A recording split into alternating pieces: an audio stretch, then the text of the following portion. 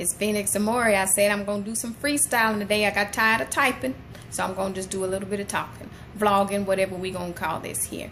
Now, to address all these little people that was coming at me sideways, playing on my business site, no, I'm not over that shit yet. I'm still a little pissed off about that. That's not cool. I don't care how mad you are. I would never call nobody business and start trying to mess with their business or their income. It's just jacked up. Now, moving right along. As I spoke about tarot, the people that thought it was funny and all that Miss Cleo shit y'all was talking, thinking it was a game, it's really not a game. Okay, at the end of the day, when you're giving readings to people, you are dealing with their lives. So the kind of predictions that readers make, they're very important. That's why I say don't predict stuff like death and all that. I can't stop people from reading how they want to read. I don't use spreads. I freestyle. I come up with my own shit. That's what I do. And I feel like that's important for people to learn their own way, method to read. Because spreads are great, don't get me wrong, but that cookie cutter style, it blocks the creativity, it blocks your intuition. You have to remember, Sixth Sense is all about freestyle, it's about just letting it flow. So when people ask me, how am I so accurate? That's how I am. I just let it flow. I may lay 9, 7, 2, 1.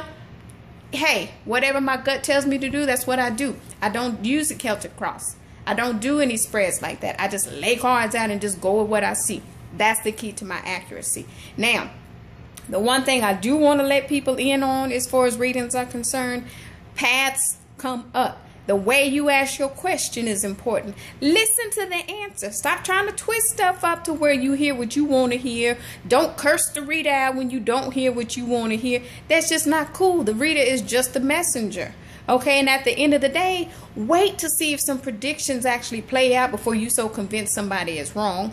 Try not to get so hung up on timing. You're dealing with emotions. You're going to get some weird timing, especially if somebody's depressed or if they're alcoholic. It's hard to predict timing on somebody who's an emotional roller coaster. So don't get so upset when the reader's like, hey, I don't know the timing. This is what I'm seeing. Because I can't tell you how many times I made predictions for people and they get mad about timing, and then 2 weeks or 3 weeks later, like, oh, I'm sorry, what you said actually did happen. So I just want to give those little pinpoints about readings. Let some religious folks know when you freak all out about it.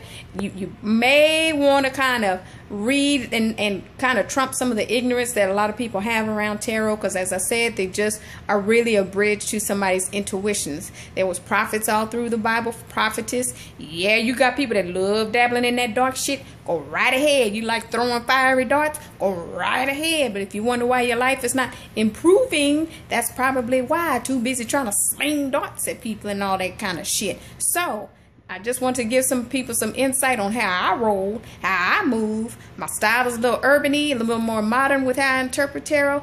That's another reason I'm so accurate. That's another reason people like calling me for my readings. Thank you.